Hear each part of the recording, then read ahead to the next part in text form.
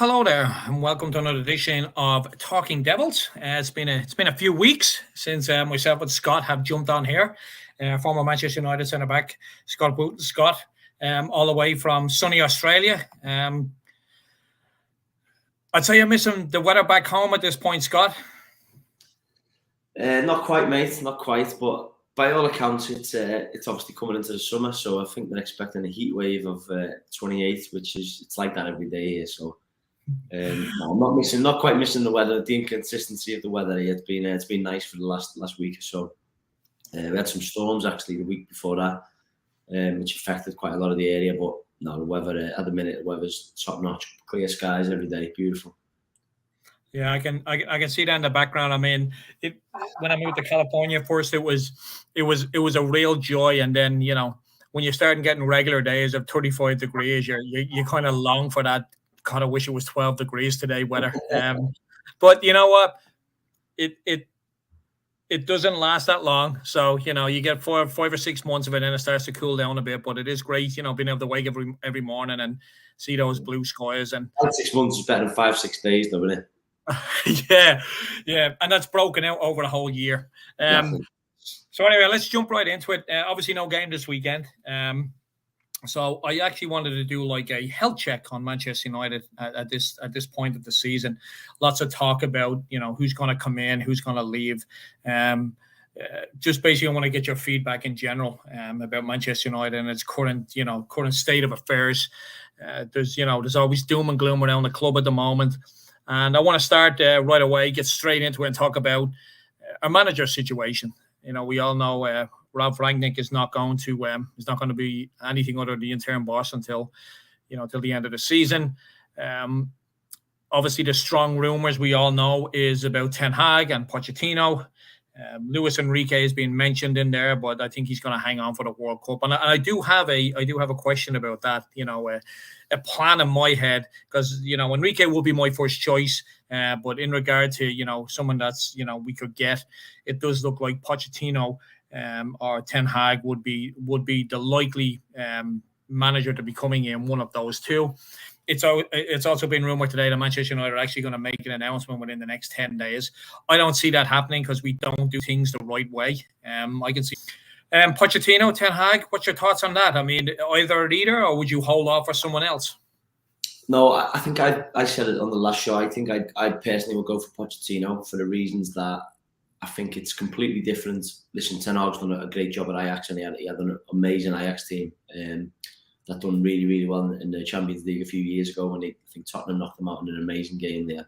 Van der Beek, De Ligt, a few of the top players.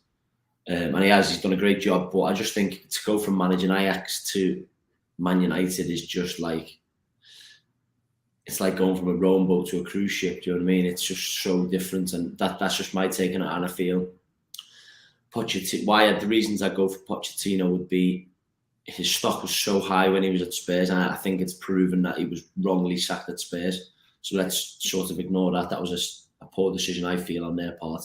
What he achieved, getting them to a Champions League final with the budget and the spend and all the rest of it was incredible. And I just feel to be the manager of Man United, it's a lot different to many other clubs. Chelsea, as long as you win in any way, it doesn't really matter what you do, style and all the rest of it. Whereas there's certain demands on Man United to play fast, attacking sort of brand of football, and that's what he's played at Tottenham. People will say, he hasn't, look at the team he's got at PSG, but anyone who understands football knows that you're not going to be successful if you've got the 3 players he's got in the same team, because they just don't put the shift in defensively. So yeah, he'd be my choice for those reasons. Like I say, he's done a great job at Tottenham. He fits the criteria. He brought a lot of young players through. You look at the players he brought through at Tottenham. Harry Kane, he really pushed. Dele Alli he brought through. He was a young player when he first joined. There's definitely more to name, and I just think he fits all the criteria of what Man United fans and the club demand, in my opinion. And like I say, Ten Hag's done a great job, but I just think to go from the Dutch league to the Premier League at Man United is such a huge ask, and we've seen it with Moyes was already in the Premier League, and he went from Everton and like a huge club to Man United, struggled, even all the other managers, Van Gaal, Mourinho. That's why I just think Pochettino would sort the football side of it out. And I think it would be great if the club could make that announcement as soon as possible. Certainly as close to in the off season as possible, because the new manager will want as much time. All the players will want to know who's coming in. He'll want the full pre-season to get his plan ready, get all the structure of the pre-season ready.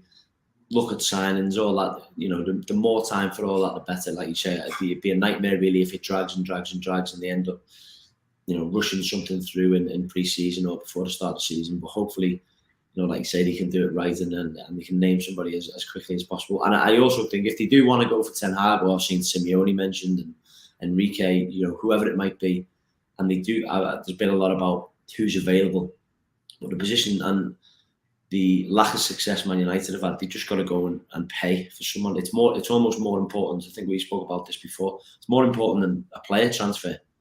If you get a good manager, then if you've got to pay 20 million for him, and he's there for, he ends up doing a great job, and he does a Pep or a Klopp, and he's there for 5, 6, 7 years.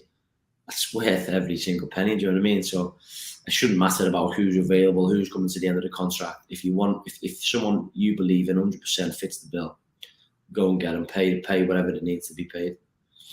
It is really bizarre in especially the way football has evolved over the past 20, 30 years. I remember back in the late 80s when George Graham was one of the first managers to actually start earning a decent wage as a manager, and then then Fergie came along, and then Wenger, and then all of a sudden the manager was deemed to be the single most important person at the club. Even on a salary standpoint, they started to grow and grow. Does it strike you as a bit bizarre that still to this day, managers really don't go for, transfer fees, and they don't go for, you're talking 20 million there. Let's be honest. I know this sounds ludicrous, but 20 million to most big clubs is a drop in the bucket. Do you find it still a little bit bizarre that clubs don't get or demand, 80, 90 million for their managers? I've never really actually thought about it, to be honest. It's quite an interesting question. You could argue that it's just as important, if not more important, than the players. Obviously, the only thing about that is that they get sacked at such a rate. No club's going to give a manager a 4 or 5 year contract. Well, very few clubs give their managers 4 or 5 years contracts now. It's often maybe 2, 3 years. Sometimes clubs get a year. So it's very difficult then to demand such a big fee if a manager's only got a year left or 6 months left, a couple of years left. But yeah, it's actually quite a good point you make, because like we just spoke about sometimes, and we've seen it with the rivals of Man United, a good manager is so much more important than a single transfer. So I don't think you'll get to that, like I say, because they're so easily sacked and different to the players' types of contracts that, if you're not happy with a player's training or a few games, you can't just come in and sack them. So the contracts, I think, are different, but no, it is an interesting one.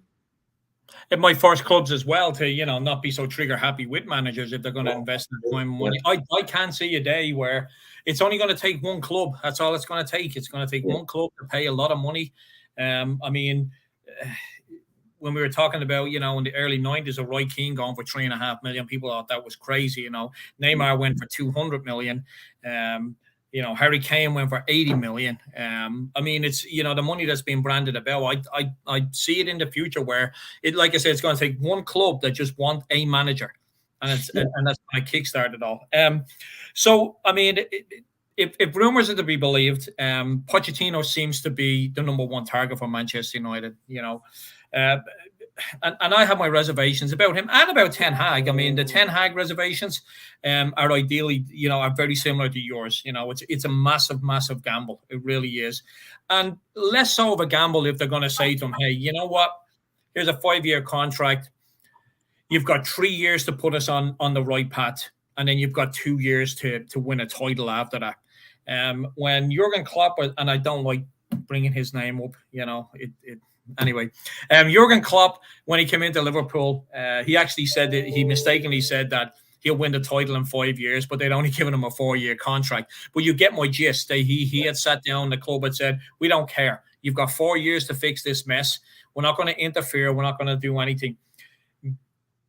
I think if United were to do that with Ten Hag, I think we will be more successful in the future. But if Manchester United want, I think, to be successful now or to start building, to be successful right now in a more instant impact, I think they will go with Pochettino. I can't.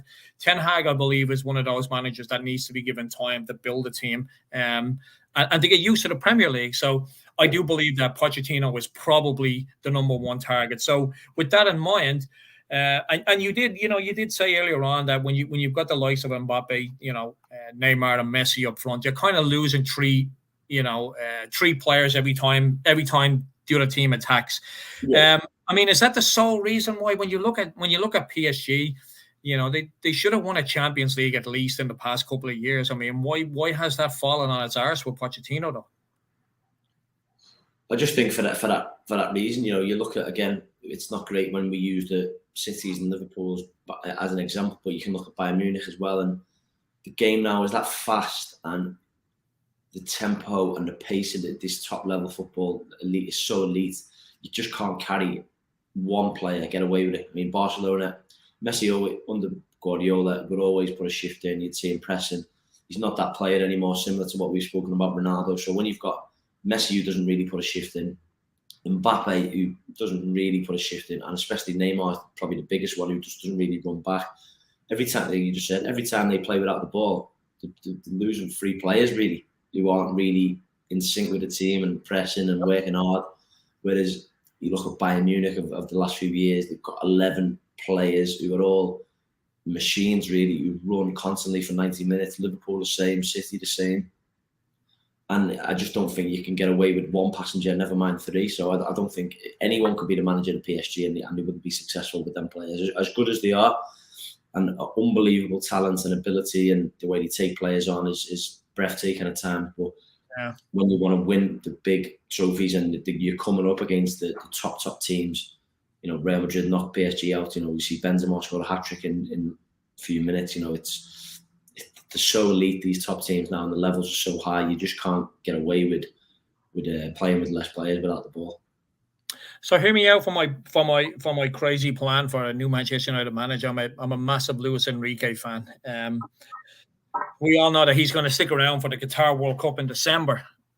Would it be crazy to think that we leave Ralph in place until December? If we could get Luis Enrique and leave Ralphie in place for the first 3 or 4 months of next season.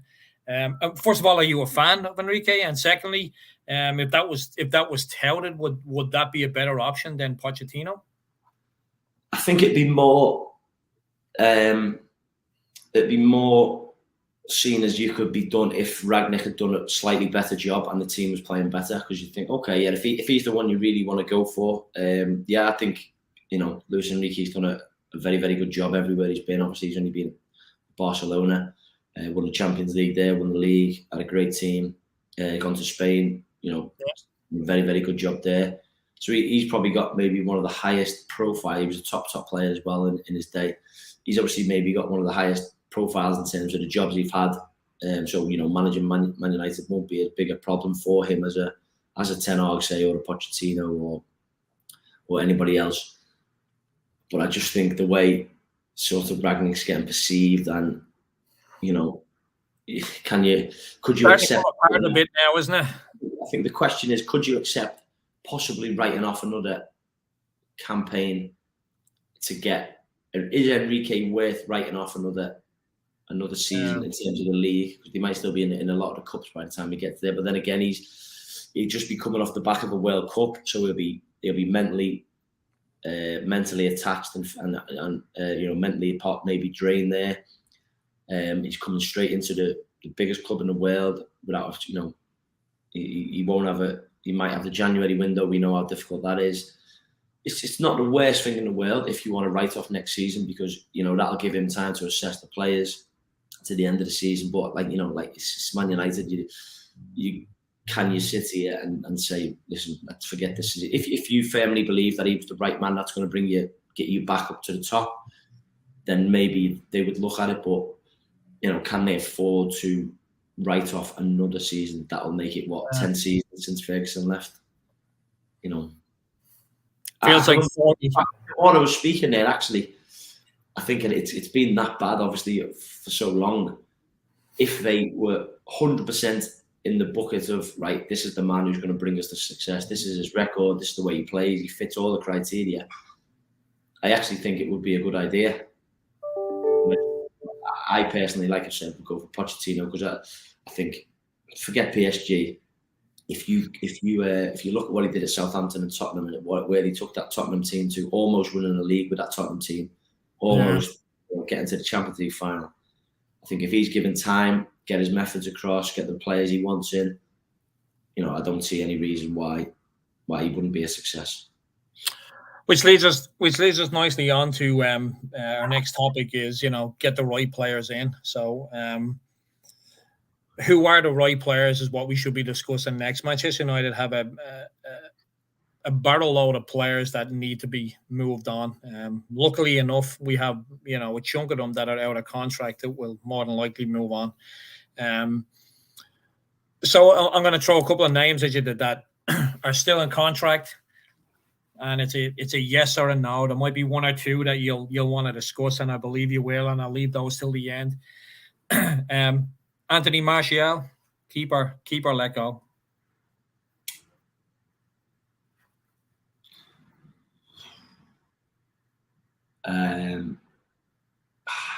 So I think this could be the hardest one.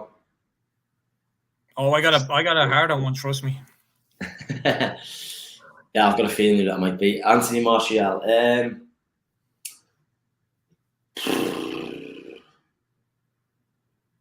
It's tough.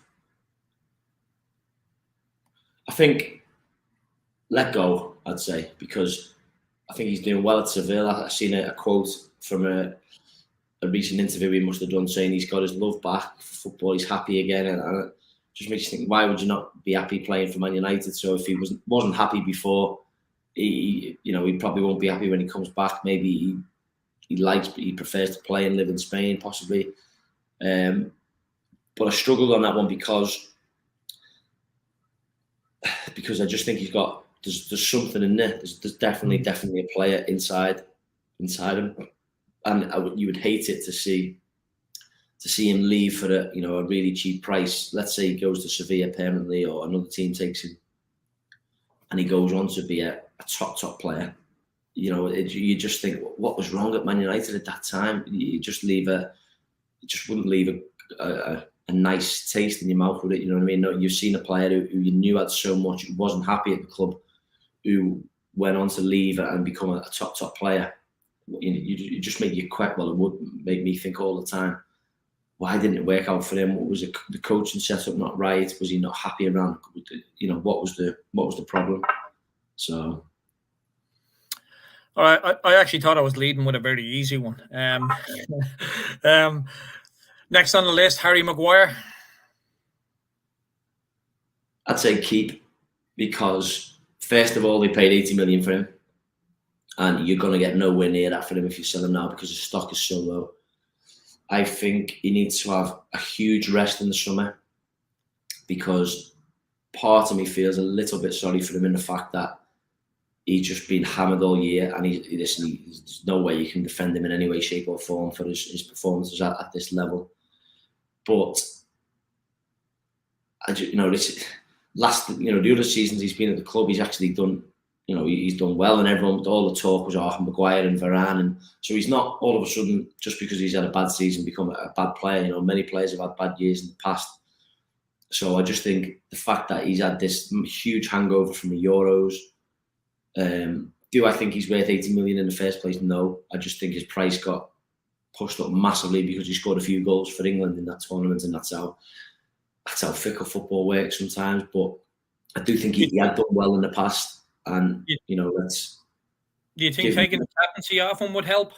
Yeah, I think it would. Yeah, I think so. I think if you just, obviously this season's pretty much done now anyway.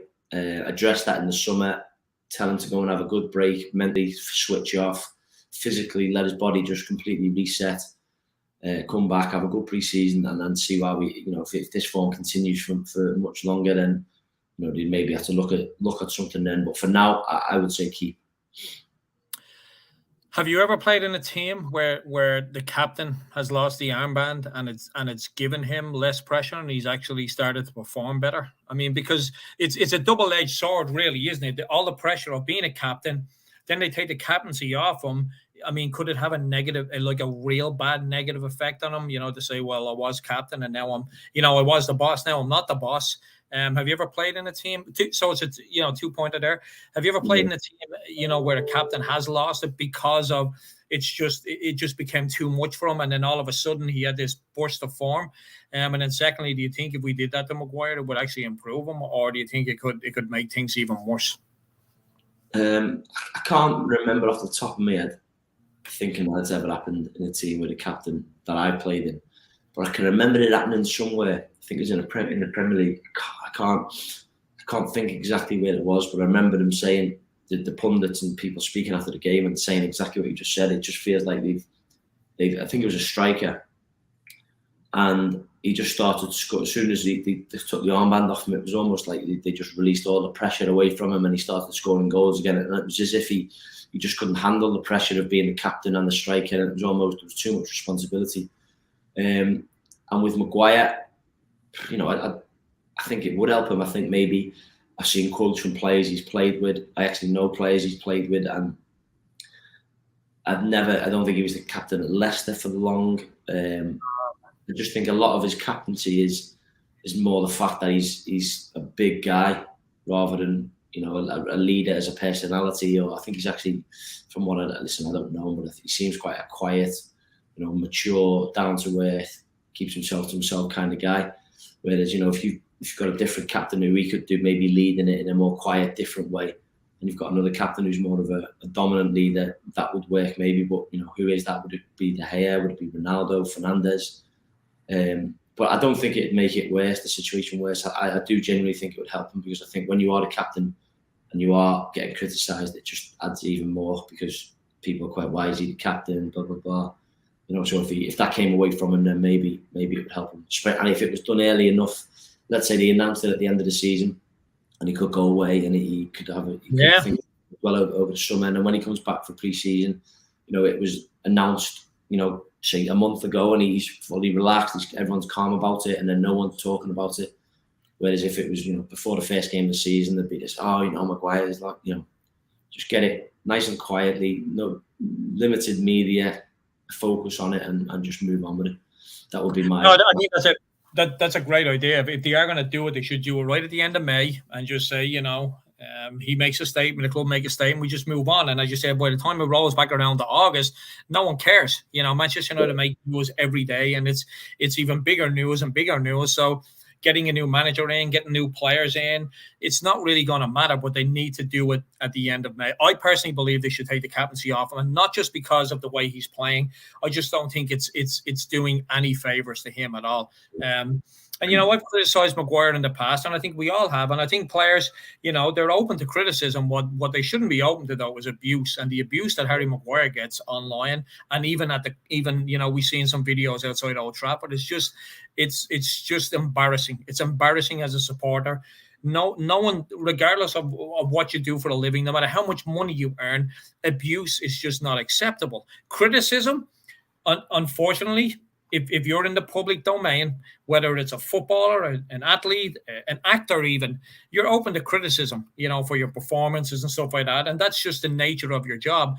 What you're not open to, and you shouldn't be open to, is abuse. And there's a big difference between, in my opinion, between criticism and abuse. I shout at the TV every week when he's playing, but why would you go to a ground and abuse your own player? That makes no sense to me whatsoever. Do you think he's going to go, oh, Jesus, these guys don't like me now, I think I'll start playing better? No, it doesn't. How do you build confidence in people is by giving them praise and putting an arm around them and being supportive of them. That's very different to criticism. Criticism's like, geez, he had a rotten game today. Yeah. But you know what? Let's go again next week. Some of the videos I've seen have been terrible. And that moves me on to my final one. Marcus Rashford. I've gone back and forward with Rashford for the past couple of years. He's had the shoulder injury. He's had a lot of influence on everyday life of people outside of his regular job, which has obviously brought him a lot of attention, which brings pressure. I don't care what anyone says, it does. He's just not in the best of form, the past couple of months. He didn't start his season until October. I had high hopes that, okay, this is it. The last 2 years he can write off. That's in the past. He's had a lot of injuries. I talked to you about that injury that he had to say, really, is that really going to affect him? And then I took your advice and I said, yeah, your movement and everything, it just affects your whole way of playing. So I eased up on him after that. But he was out until October. He had the surgery. And he came back and he showed a bit of form. He got a couple of goals, but it's really deteriorated now. It's gone rightly downhill. And my thinking for Marcus Rashford is it best for him to get away from this club, because we have a section of our supporters that are truly poison at this moment in time. Shouting abuse at him coming out of Old Trafford. I've never, ever seen that, ever. I'm supporting Manchester United over 40 years. I've never seen that in my life, and it's ridiculous. Should Marcus Rashford, it's not a case of whether we get rid of Marcus Rashford. So he'd decide, you know what, I don't need this. You know what, I'm a good guy. I do good things. I have a bad day every now and then. I mean, Marcus Rashford, for his own sakes, buy or sell? Sell or keep? No, I would keep, because, again, similar to Martial, there's definitely, we've all seen that there's a player there. Yes, he's had a really tough time.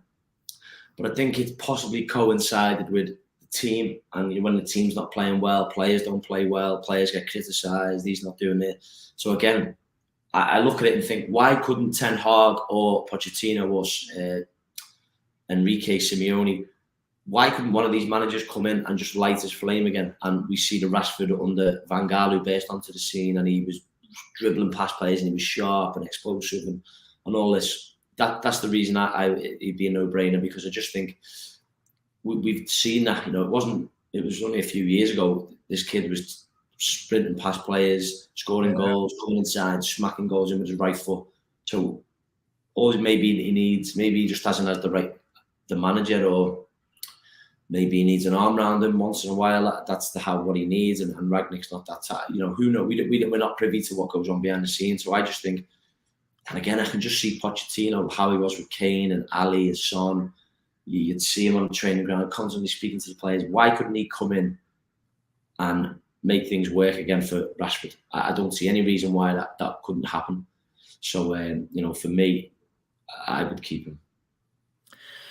Moving on to, we could talk all day about who we want to bring in. I think we need a defensive midfield. I think we need a striker. I think we do need another centre back. It doesn't have to be a first team player centre back. It doesn't have to be a first 11. I do honestly believe that we do need another centre back as cover there.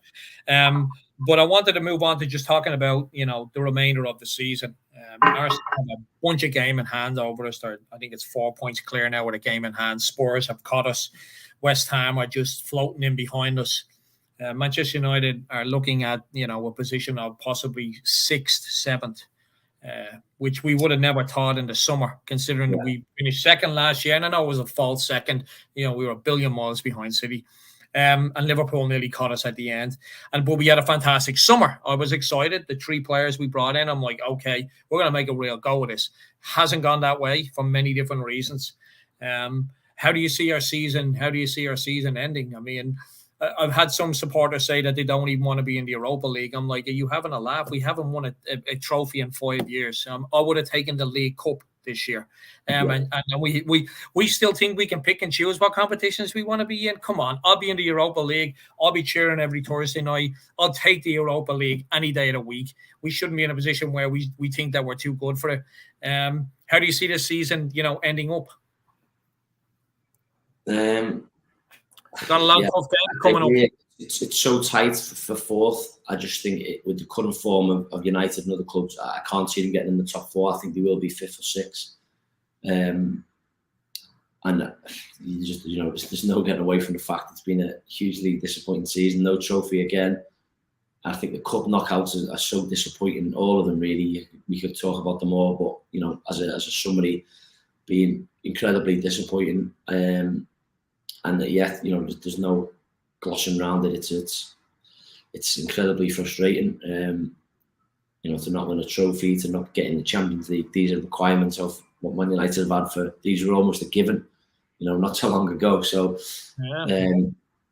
but they just have to write the season off, like you say, get the new manager in, sort the recruitment out, sort the players, the Pogba situation out, things like that, and just try and get someone in who's able to take on the other managers in the league, get the club moving in a forward direction again, and just give everything a spark and try and get the club at least moving forward. Like you said earlier, you'd hate to talk about Klopp and of course, but if you just look at each year, there was always a steady. He didn't win straight away, neither did Pep, but there was always a steady progression, and everyone, it was crystal clear that you could see that they were just slowly getting there. So I just think that's the biggest thing they've got to do now is with the manager. I think so, and I think they got to give him time. I mean, you hit the nail on the head there. That Liverpool, especially, the first. I remember Klopp's first game. They drew at West Brom and Anfield, and he brought all the fans or the players down to the Kop, and they were waving and cheering. You got hammered for it. Yeah, it was like, what are you doing, dude? You drew at West Brom. And he stopped doing that, but then steadily he started to build. And you know me, I'm not going to give Klopp much praise or Liverpool. But they did start steadily building because Klopp was told, here's the picture. You've got 4 years. We want to see progress. I know we lost a lot of good finals. Yeah, and maybe that's what needs to happen here is that, but we need to stick to it. This chopping and changing, it's not going to do anything. This start stopping. I mean, you yourself, professional footballer. I mean. Have a manager keep changing. We had a lot of different managers, and the uncertainty is just so bad for players because no one knows if they're coming or going. Each manager plays a different way, trains a different way. And listen, Man United's managers have been there for long enough to see, that can't be an excuse for them. But it doesn't have, the likes of Rashford who've been there for 3-4 managers, 5 managers, 4 managers now. It's not easy. So, and when so many players aren't quite playing to the potential, and there is, we could talk about Sancho was not playing to his potential, Rashford, Martial wasn't, Pogba, all these things. When there is so many of them, that's when I would start to look at, well, what's going on? What are they doing in training? What are they doing in the, what's going on at the club? What's the feeling? What's the atmosphere? Because to be successful, everything's got to be right.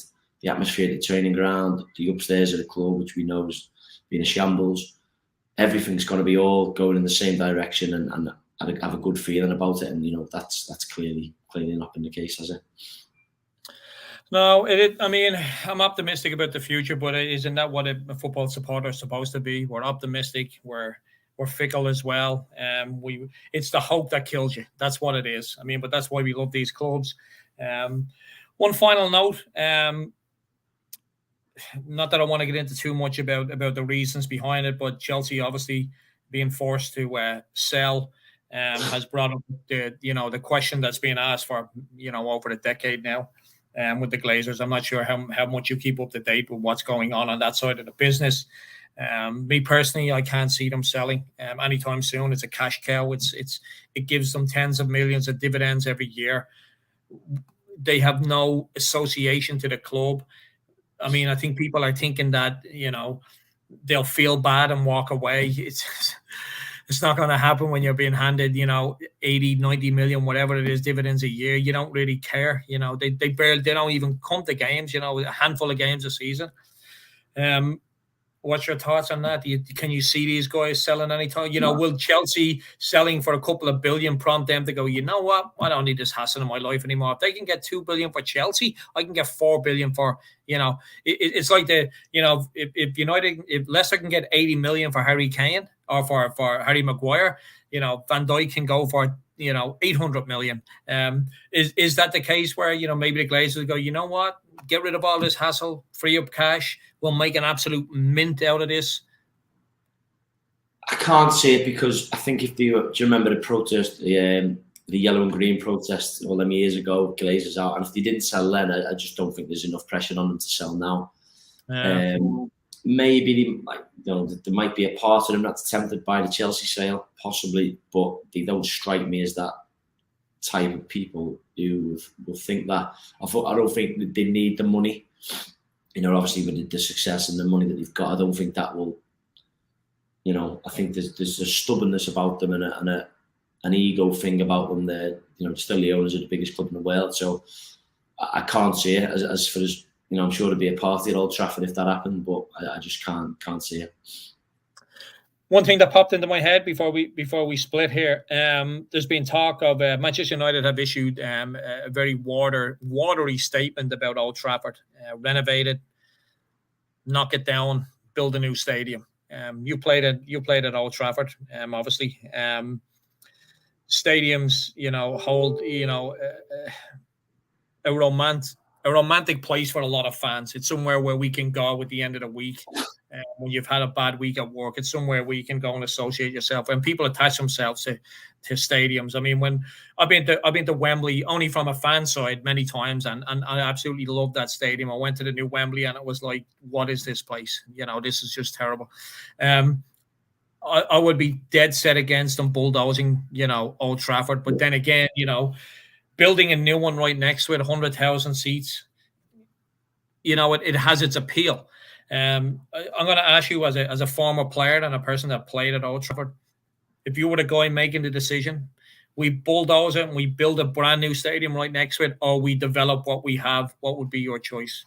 Mine would be 100% develop for the reasons of the history, the tradition, all that. And, I think you look at, again, we keep to be, this kills us using other clubs as examples, but you look at Liverpool have extended their stand behind the goal, they raised their capacity. City done the same a few years ago. And if you look at Old Trafford now, all they need to do is, it's not easy, but to increase the capacity probably to 100,000, because it's 75 at the moment, is increase the stand where the dugouts are, because it's the only one that's still on that medium sort of level. It definitely, there's no, it obviously needs a lick of paint and it needs renovating. And I think Real Madrid are doing something similar now. They've played a season, but it's kind of helped them with COVID and no fans being behind closed door, that they've played at their reserve ground, and that's obviously helped without the crowd. I think Tottenham moved to Wembley for a year, so that'd be obviously issues. What would they do for the season if it was going to take, or a season and a half, whatever it would be. But I can't see them bulldozing it and rebuilding it. I've seen Gary Neville's quite vocal in support of that, but I don't see why they can't just give it more than a lick of paint. Really get inside, do everything up, regenerate it, renovate it, change all the designs, spank it up a little bit. Change the outside, make that look a bit more snazzier, sexier. Extend one side of the stand. I think that can all be done, and you've still got Old Trafford in the same place. Still looks the same from that iconic picture from above, and when you turn up to the ground. That's what I would do. I mean, I'm a huge fan of that. We make that. We basically mirror that. That stand. To the same as the one on the opposite side from the dugout as well. We mirror that and we make it into kind of one enclosed stadium. Obviously, a lot of logistical issues with that. We got the railroad behind it. We got a lot of houses behind that. But these are stuff that, Manchester United being the richest club in the world, or one of them, if they throw enough money at it, and I do agree, I think the whole thing needs to be gutted. But here's the fly in the soup here. We will probably end up going to our good neighbours, Manchester City, and asking to share their ground for a year. I mean, at least it'll be full every second week, so City will be happy. What would your thoughts be on that? I mean, Manchester, I know we did it during the war, because Old Trafford was bombed, but that was, 70, 80 years ago. How would you feel about that? Manchester United having to share with Manchester City for a year? It's no biggie to me. At the end of the day, it's like, what, we're just moving in. We're just, renting it for a year. It doesn't really bother me. Football has changed so much, it doesn't. That wouldn't concern. Yeah, I just can't see Man United playing at home in a blue stadium. It just wouldn't. It'd feel weird. But I don't think Fergie would go. I don't think he'd turn up every week. I don't know what other options that they could they could possibly do, really. Yeah.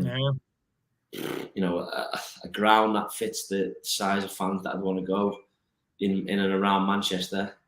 There just isn't, you know what I mean? There's nearby clubs who are Wigan, Bolton, Oldham, Stockport, Bury. There's just nowhere near the size stadium to facilitate the demand for Man United. So that would be obviously one issue that I'm sure they would all sit around a boardroom table and think long and hard about and discuss. Because it is the only stadium that would fill, have enough seats for the fans. I just can't see Man United playing at the Etihad as at home, but who knows?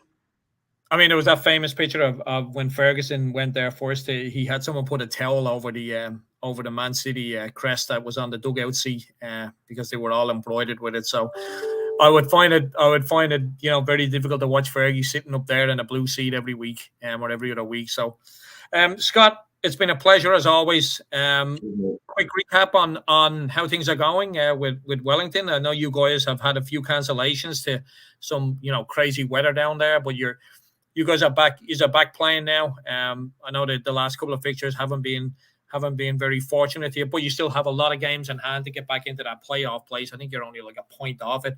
How's things going? I know you had a lot of guys away on international duty and stuff like that. So. Yeah, it's been okay. Obviously, we've lost the last two. The one before last Brisbane game was the most disappointing because we really should have won that game. We beat them 3-0 a couple of weeks before, and we've probably got ourselves to blame for that. Really, we didn't play great as a team. I think the last game was going to be very, very difficult. Even though again we beat them 3-2 recently, that they were a good side, and we had to make 6 changes through an injury, a suspension, and 4 boys away on the international duty. So. That's at any level. That's going to be, when you completely disjoint and change your team. Yeah. That'll be tough. So, but we're still in a decent position. We're a point outside the playoffs, like you say. We've got games in hand on teams above us and below us. So we just got to make sure we take care of that. We've obviously lost our captain for the season, which is a huge blow. So we'll have to just try and. Get through it as best we can and hopefully have a positive end to the season. We're still more than good enough. We believe that. So yeah, that's where we're at. Well, as you know, Talking Devils and Talking to Devils, we support you and we look out for your results. We stay up late at night. We get up early in the morning. It's always been a bit of fun. I did see that last game was a bit of a downer, but then again, you lost half your team. If anyone that's going to go in there playing with half a team are going to suffer. So I still think he's good enough to get into the playoffs. And then it's anyone's at that point. It really is. Yeah. Oh, 1 off games, 2 off games. They can they can turn quite easily. So best of luck for the rest of the season. Cheers, mate. Anyone that's listening in, we have this as a pre-recorded show, so I'm sorry that we couldn't add any comments, but if you haven't subscribed yet, please subscribe. If you haven't, if you can give us some feedback as well. Myself and Scott are always open to the feedback and criticism for me and praise for Scott. So anything at all that can get our ratings.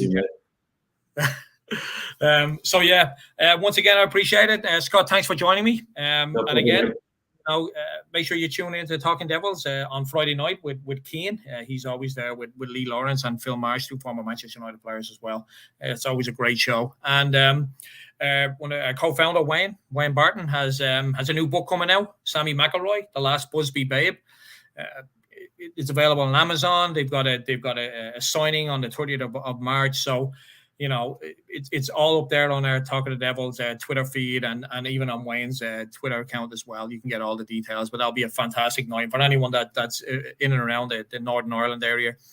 Sammy's also doing one on the 31st with Wayne in I believe in Belfast. But again, it's all up on the website there, so on Wayne's Twitter feed. So please give those a like, and yeah, make sure you get a hold of that book, The Last Busby Babe.